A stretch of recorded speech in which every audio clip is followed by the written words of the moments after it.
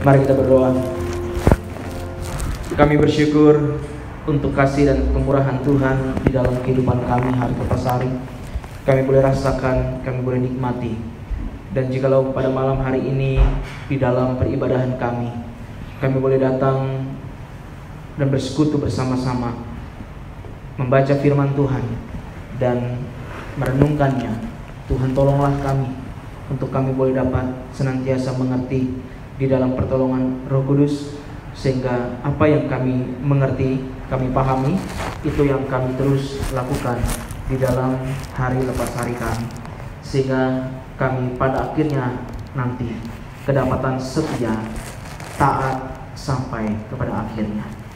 Terima kasih Bapa, kami sungguh memohon kepadamu ya Tuhan, biarlah apa yang kami baca itu yang kami renungkan, kami lakukan. Di dalam nama Yesus Kristus kami berdoa dan mengucap syukur. Amin. Silakan duduk, saudara.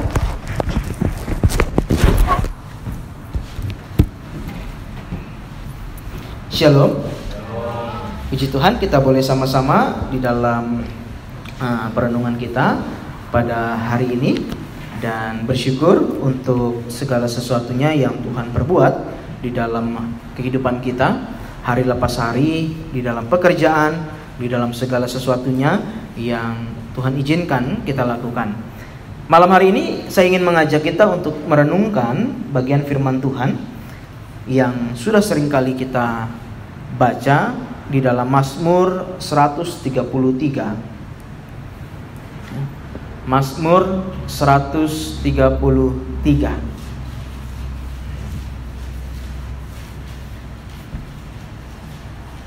Mazmur 133 ayatnya yang pertama sampai dengan ayatnya yang ketiga. Ini akan menjadi bagian perenungan kita. Mazmur 133.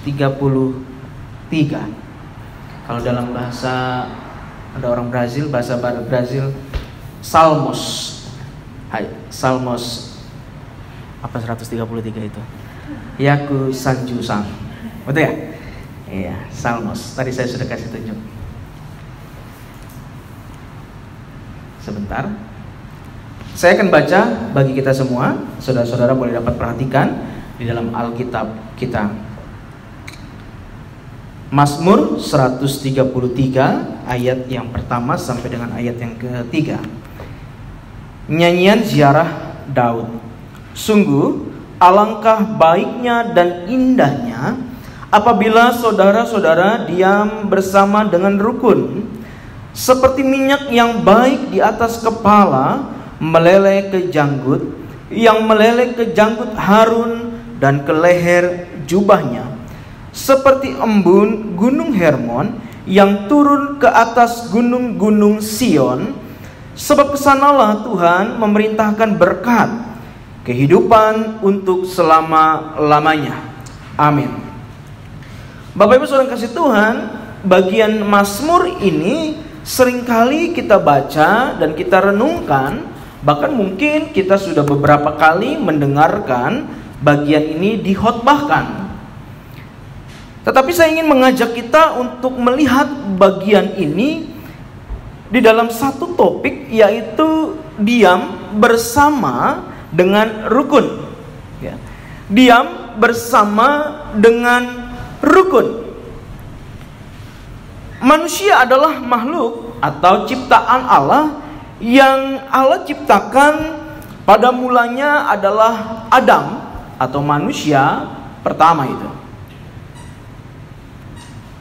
Ketika Allah menciptakan Adam di dalam kitab Kejadian pasalnya yang kedua, Adam ini diperintahkan untuk bekerja. Adam diperintahkan untuk bekerja dan untuk melakukan segala sesuatunya, mengelola taman yang Tuhan percayakan kepada Adam, yaitu Taman Eden. Dalam perkembangannya, ternyata Adam tidak mampu bekerja seorang diri, sehingga di dalam kitab Kejadian pasal yang kedua ayat yang ke-18, Alkitab berkata bahwa Tuhan Allah berfirman, tidak baik kalau manusia itu seorang nanti saja aku akan menjadikan penolong baginya yang sepadan.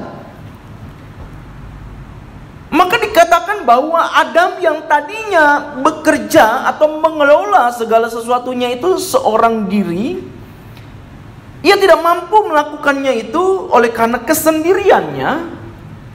Maka Tuhan memberikan penolong baginya yang sepadan dengan dia, yaitu Hawa. Kehadiran Hawa sang penolong Adam awalnya menghasilkan sebuah keindahan dan kerukunan, baik itu dalam kehidupan sesama mereka, Adam dan Hawa, kehidupan antara manusia dengan ciptaan Allah, dan juga kehidupan antara Allah sang pencipta dengan manusia ciptaannya. Di dalam Kejadian 1, Kejadian 2, setelah penciptaan manusia, kita melihat begitu sangat indah. Tetapi masuk ke dalam Kejadian pasalnya yang ketiga dan seterusnya, kerukunan yang pada mulanya baik berakhir kepada kerusakan relasi satu sama lain. Dosa merusak kerukunan yang indah. Hubungan dengan Allah menjadi rusak. Hubungan dengan sesama manusia menjadi rusak. Bahkan terhadap ciptaan lainnya juga menjadi rusak. Relasi yang begitu sangat indah, yang dibentuk di dalam satu perwujudan kasih di situ, menjadi rusak oleh karena kehadiran atau masuknya dosa di dalam kehidupan tatanan manusia. Maka sejak saat itu kerukunan menjadi sesuatu hal yang terus digaungkan di segala waktu dan tempat. Kerukunan selalu menjadi bagian yang selalu dikatakan, mari kita menjaga kerukunan, mari kita menjaga kebersamaan, kita menjaga kerelasian, dan seterusnya.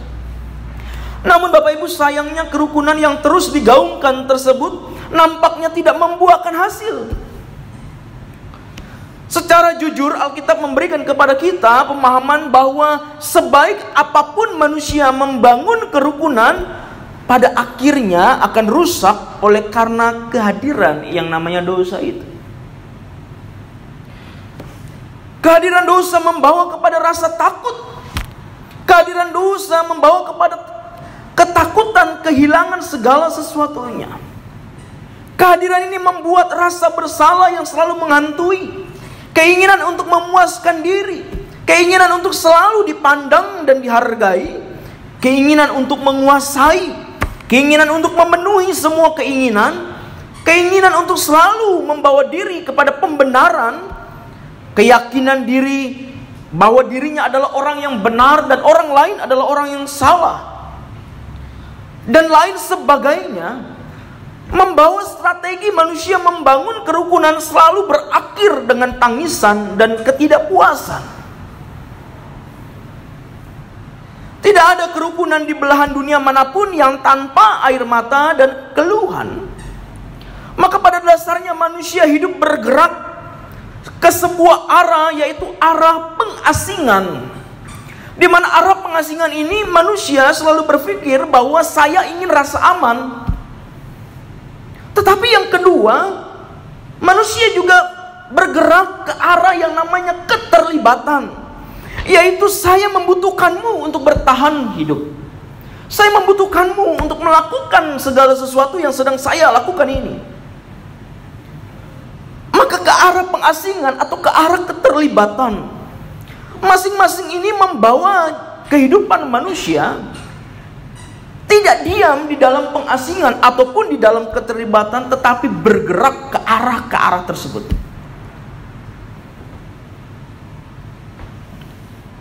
Sehingga pertama, Bapak Ibu, kerukunan menjadi hal yang membawa kepada kefrustasian oleh karena orang-orang di sekitar tidak dapat memuaskan atau sejalan dengan dirinya. Maka kalau kita bergerak menuju ke arah pengasingan atau ke arah kesendirian, ingin sendiri, Itu karena kita merasa bahwa orang-orang di sekitar kita itu tidak dapat memenuhi keinginan dan kebutuhan kepuasan kita sendiri. Sehingga tidak heran kita melihat bahwa banyak orang-orang yang sulit bergaul, oleh karena baginya dia hanya menginginkan satu pergaulan yang cocok dengan dirinya. Saya jadi teringat tulisan daripada Pendeta Julianto, yaitu banyak cekcok, sedikit cocok. Ya. Ya betul ya, bukunya itu saya ingat, itu ada satu bukunya dia.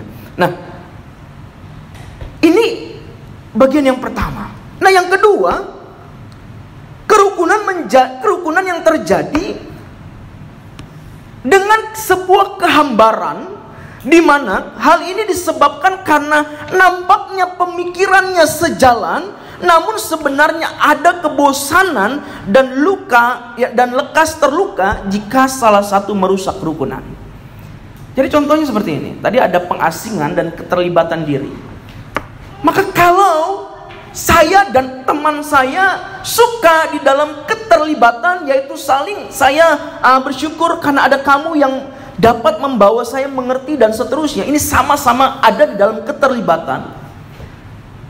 Tetapi ketika berdua ini bergerak menuju ke arah keterlibatan itu, yang terjadi seringkali kebosanan melanda, dan akhirnya orang ini atau relasi ini dapat saling terluka atau cepat terluka oleh karena nampaknya pemikirannya sejalan, namun sebenarnya ada kebosanan di dalamnya. Ini yang kedua. Nah, yang ketiga, kerukunan yang dibangun dengan perasaan terisolasi oleh karena kedua belah pihak ini ingin merasa sendirian. Ini kalau keduanya menuju kepada pengasingan yang tadi, saya ingin sendiri.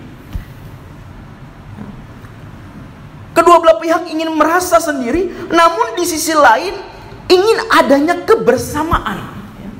Namun di sisi lain ingin adanya kebersamaan. Jadi orang ini terisolasi. Dia ingin sendiri. Tapi dalam kesendiriannya itu dia cemburu ketika melihat teman-teman itu bersekutu bersama-sama. Oleh karena dia menginginkan kesendirian itu, tapi di dalamnya juga ia menginginkan satu persekutuan. Maka dia cemburu melihat temannya itu bisa bergaul dengan orang lain. Akan tetapi keegoisan diri membuat enggan kedua belah pihak ini membangun kerukunan dengan komunikasi yang baik dan sehat. Maka seringkali apabila terlalu menaruh harapan yang besar, ya ini secara kejiwaan kita seperti ini, seseorang itu ingin menaruh harapan yang besar terhadap orang lain di dalam hubungan relasinya. Namun demikian, ketika menaruh harapan besar itu tanpa ada kasih Kristus di dalamnya, maka seringkali yang terjadi adalah apabila terlalu menaruh harapan besar tersebut, jika harapan itu tidak sampai, maka yang terjadi adalah luka batin yang mendalam. Maka kita tidak berdiri dalam pengasingan dan keterlibatan, tetapi kita sedang bergerak di dalamnya. Maka pada bagian ini Mazmur 133 ini Daud memulai dengan kalimat yaitu sungguh. Ya. Sungguh alangkah baiknya dan indahnya apabila saudara-saudara diam bersama dengan rukun. Kita melihat di dalam ayat ini dimulai dengan kata sungguh. Ini menjadi penting oleh karena Daud memberikan sebuah penekanan di situ, yaitu lihat bahwa sesungguhnya kalau kamu hidup dalam kerukunan, maka ada sesuatu yang indah di dalam itu.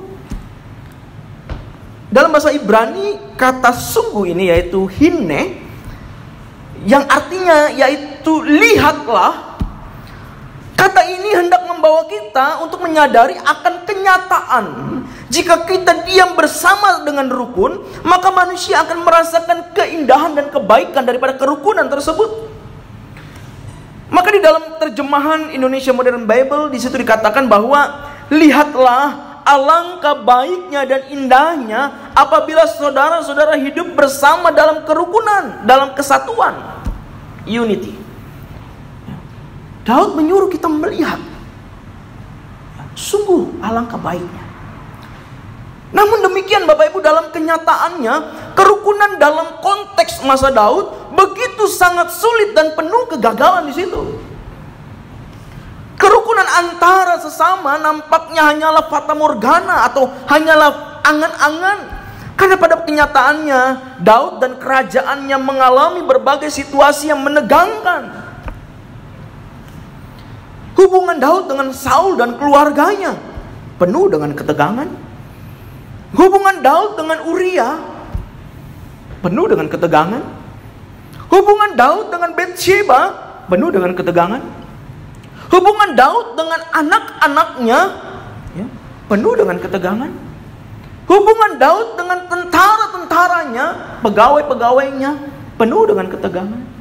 Hubungan Daud dengan Absalom penuh dengan ketegangan. Hubungan Daud dengan orang-orang Israel dan lain sebagainya. Hubungan Daud dalam keinginan hidup rukun. Kalau kita perhatikan di dalam teks-teks di dalam kitab Perjanjian Lama, kisah daripada Daud, apakah ada kerukunan di situ? Maka Daud berkata, sungguh alangkah indah apabila kita bersama diam dalam satu kesatuan yang penuh kerukunan. Tetapi dalam keadaan ini pun Bapak Ibu, Allah tetap memelihara Daud. Allah memelihara Daud dalam hubungan dengan sesama yang kacau untuk mengerjakan sebuah rencana yang besar, yaitu rencana penebusan, yaitu di dalam Kristus Yesus. Kerukunan datang dan sebentar pergi dan kemudian menjadi sebuah kesedihan. Pada kenyataannya kerukunan yang sulit merupakan sebuah tanda. Tanda apa? Di dalam kerukunan yang sulit itu, seringkali manusia atau saudara dan saya, kita menuju ke arah, yaitu arah pengasingan. Oleh karena kita merasa bahwa sulit sekali untuk membangun sebuah kerukunan.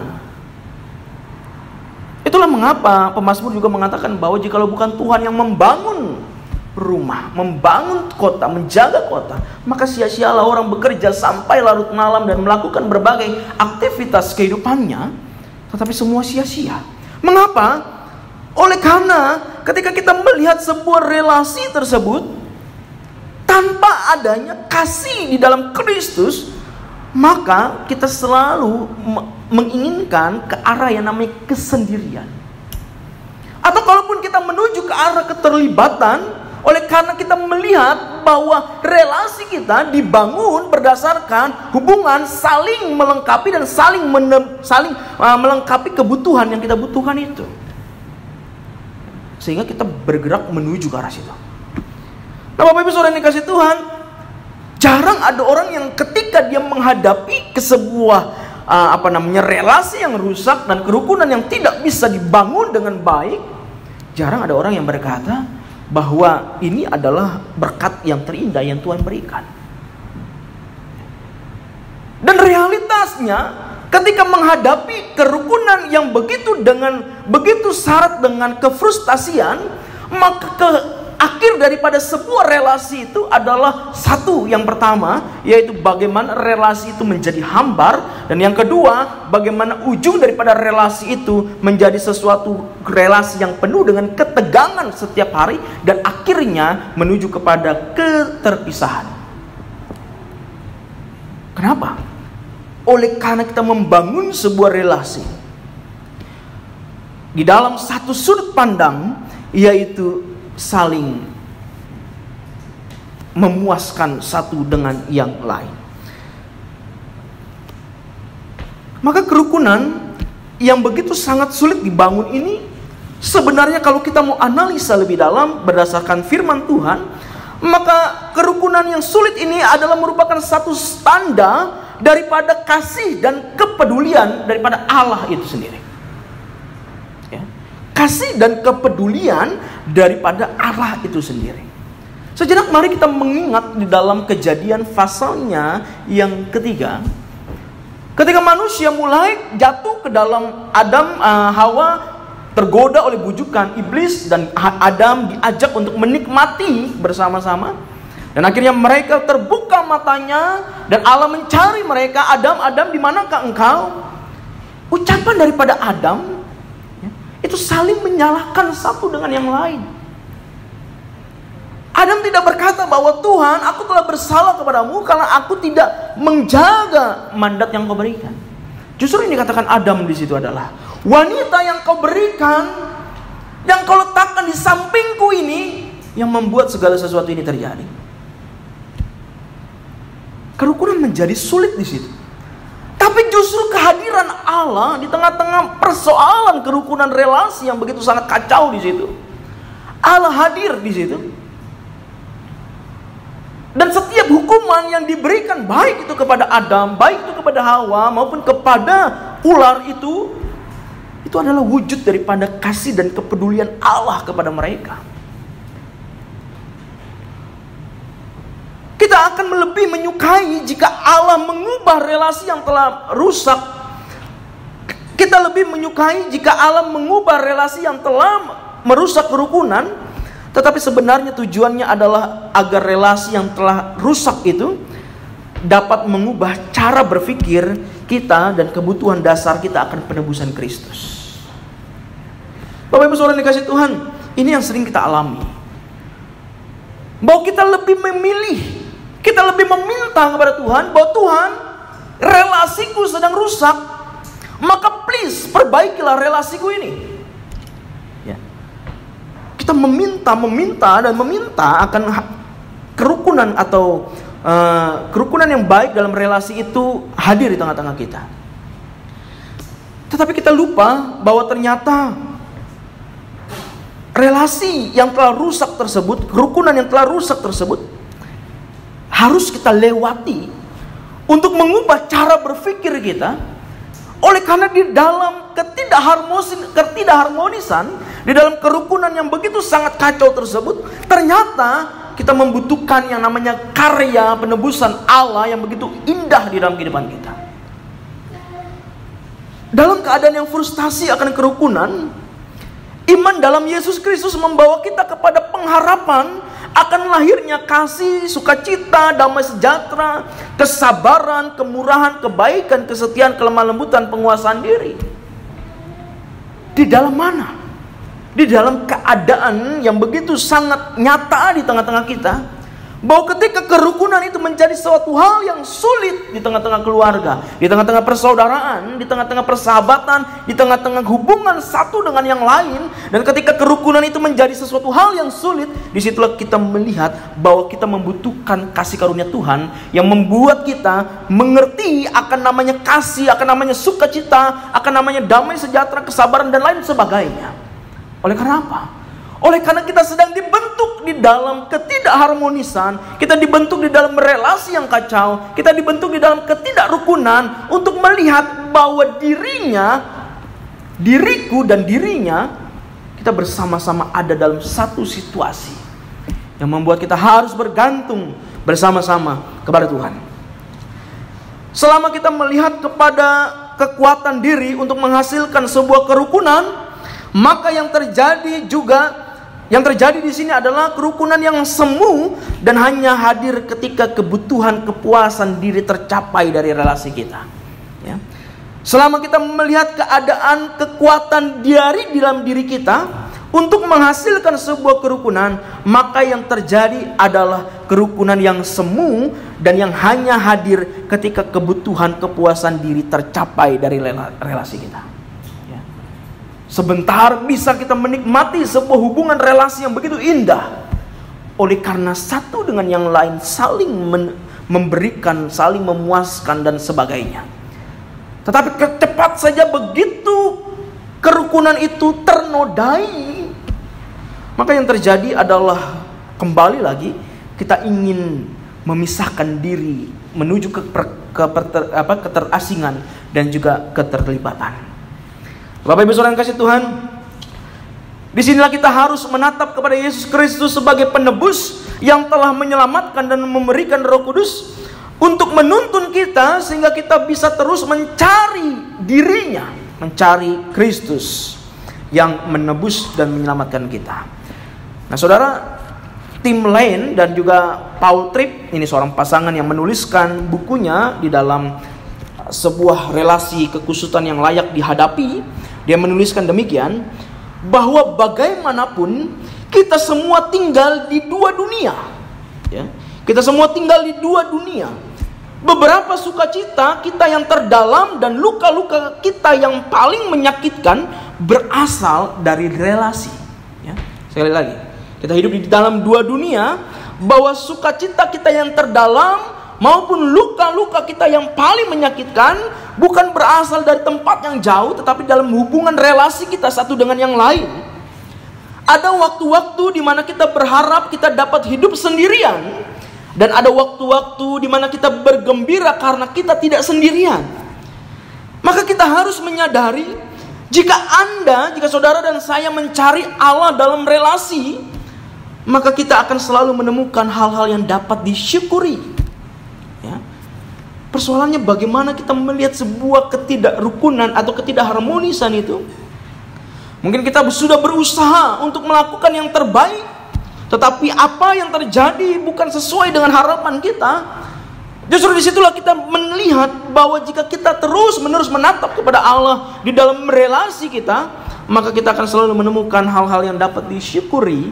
Oleh karena sesungguhnya Bapak Ibu Saudara yang kasih Tuhan, kita tidak mudah untuk membangun sebuah kerukunan berdasarkan karakteristik daripada pribadi lepas pribadi kita.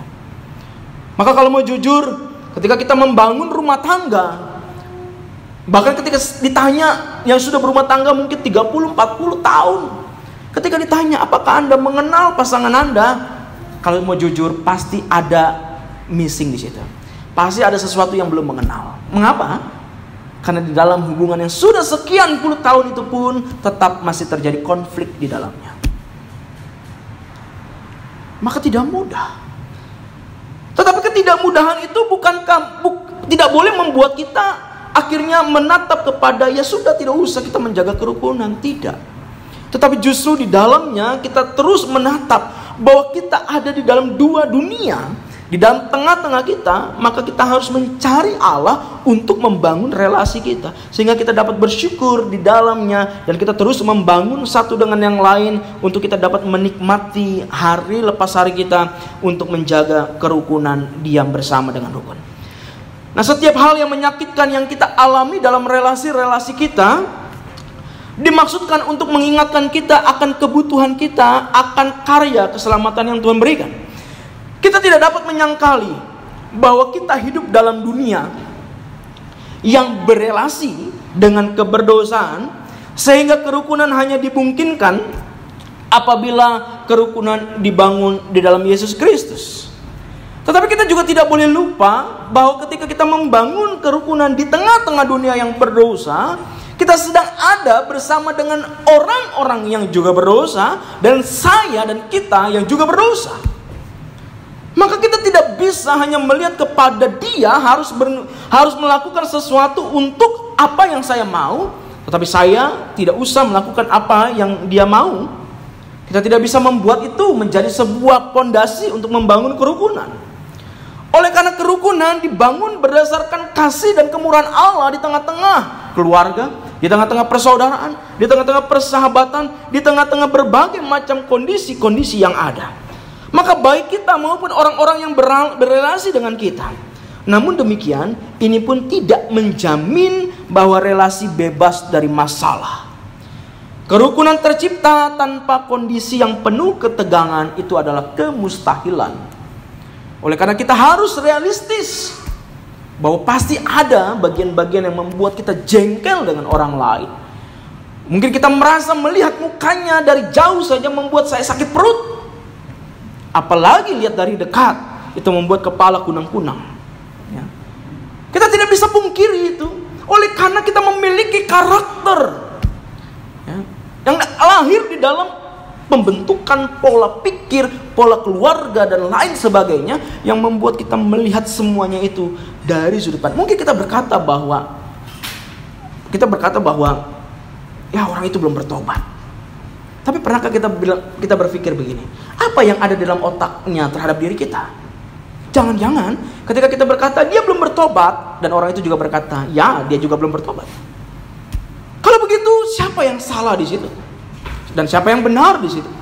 Nah, inilah menjadi bagian yang penting bahwa Daud mengatakan sungguh alangkah baiknya dan indahnya apabila saudara-saudara dapat diam bersama dalam satu kesatuan yang penuh dengan kerukunan. Ini menjadi kata yang penting, yaitu kata sungguh. Ya, dari kata sungguh ini saja kita bisa melihat. Maka menatap kepada Allah dalam Yesus Kristus sajalah memberikan kepada kita hikmat untuk membangun relasi sehingga dapat hidup rukun bersama. Inilah Daud mengatakan bahwa seperti minyak yang baik, ya, minyak yang baik di atas kepala meleleh ke janggut dan yang meleleh ke janggut Harun dan ke leher jubahnya seperti embun gunung Hermon yang turun ke atas gunung-gunung Sion. Kalimat selanjutnya ini menjadi penting, yaitu sebab kesanalah Tuhan memerintahkan berkat kehidupan untuk selama-lamanya.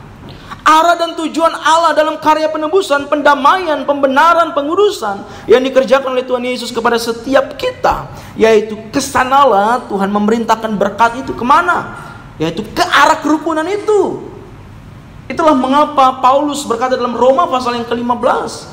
Ya. Dia berkata, mari kita perhatikan dalam Roma pasal yang ke-15.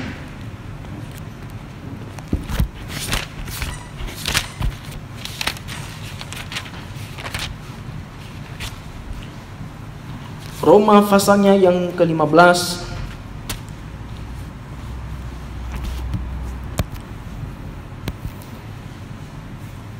Kita perhatikan di dalam ayat yang pertama, ayat yang kedua dan seterusnya. Saya akan membacakan bagi saudara. Dikatakan Paulus, kita yang kuat wajib menanggung kelemahan orang yang tidak kuat. Dan jangan kita mencari kesenangan kita sendiri. Setiap orang di antara kita harus mencari kesenangan sesama kita demi kebaikannya untuk membangunnya. Karena Kristus juga tidak mencari kesenangannya sendiri, tetapi seperti ada tertulis, kata-kata cercaan mereka yang mencerca engkau telah mengenai aku. Ayatnya yang kelima, semoga Allah yang adalah sumber ketekunan dan penghiburan mengaruniakan kerukunan kepada kamu sesuai dengan kehendak Kristus Yesus. Bapak Ibu Saudara yang kasih Tuhan, sebab kesanalah Tuhan memerintahkan berkat kehidupan selama-lamanya, yaitu dalam sebuah kerukunan. Tetapi kerukunan yang kita harus mengerti adalah bagaimana kita melihat kerukunan itu dibangun berdasarkan kesamaan pandangan, yaitu Kristus. Kata-kata cercaan mereka yang mencerca engkau telah mengenai aku. Bagaimana kita tidak mementingkan diri sendiri, bagaimana kita tidak mementingkan keegoan kita di dalam membangun kerelasian itu. Sehingga Daud jujur berkata bahwa sungguh alangkah indahnya. Tapi ke dalam kesungguhan melihat itu, Daud juga mengerti bahwa di dalam proses-proses kehidupannya, Daud begitu sangat menghadapi berbagai macam tantangan dalam membangun kerukunan. Bapak Ibu Saudara yang kasih Tuhan, berdamai dengan Allah melalui Yesus Kristus, berdamai dengan diri sendiri karena kita hidup bukanlah kita, melainkan Kristus yang hidup di dalam diri kita. Berdamai dengan keadaan karena sekalipun kita hidup di tengah-tengah dunia yang penuh keberdosaan, namun sebagai orang percaya kita telah dipindahkan dari kerajaan gelap menuju kepada kerajaan anaknya yang kekasih. Berdamai dengan sesama karena Kristus lebih dahulu mengampuni setiap kita yang berdosa, sehingga sekalipun relasi yang dibangun sulit, sampai kepada titik kerukunan kita bersedia menerima orang lain dan menciptakan kerukunan dengan cara berpikir yang dimurnikan Tuhan. Maka tanpa ada berdamai dengan diri sendiri, berdamai dengan keadaan, berdamai dengan berdamai dengan Allah, berdamai dengan tempat di mana kita berada, tanpa ada kata berdamai ini, maka segala sesuatu akan berangkat daripada diri kita. Berangkat dari diri kita. Ya. Aku mengasihi kamu kalau kamu mengasihi aku. Aku memberi kalau kamu memberi. Aku mencintai kalau kamu mencintai. Aku akan menyayangimu selama-lamanya kalau kamu menyayangiku selama-lamanya. Aku akan melakukan A, B, C dan seterusnya kalau kamu juga melakukan A, B, C dan seterusnya. Aku dan aku. Tetapi untuk menerima orang lain dan menerima satu hubungan dalam relasi yang penuh dengan kerukunan, itu hanya mungkin terjadi ketika kita menatap kepada kita tidak mementingkan diri kita sendiri. Artinya kalau kita tidak mementingkan diri kita sendiri, maka disitulah kita menyangkali keadaan diri kita, karakteristik kita, segala sesuatu yang membuat kita begitu sangat penuh dengan kejengkelan, amarah dan lain sebagainya. Bapak Ibu Saudara yang kasih Tuhan, ini bagian yang penting untuk kita renungkan bersama. Di dalam membangun sebuah hubungan relasi di dalam keluarga, di dalam pertemanan, di dalam hubungan spesial satu dengan yang lain. Tanpa ada kata berdamai, maka hubungan itu akan terus menerus di dalam hubungan saling memuaskan. Dan kalau kita tidak saling memuaskan atau kita tidak memuaskan dia dan dia tidak memuaskan kita, maka yang terjadi adalah perpecahan. Yang terjadi adalah amarah. Yang terjadi adalah pengasingan atau keterlibatan. Kita mungkin saja bisa menuju kepada pengasingan oleh karena kita tidak tahan dengan orang-orang di sekitar kita. Tapi kita juga menuju kepada keterlibatan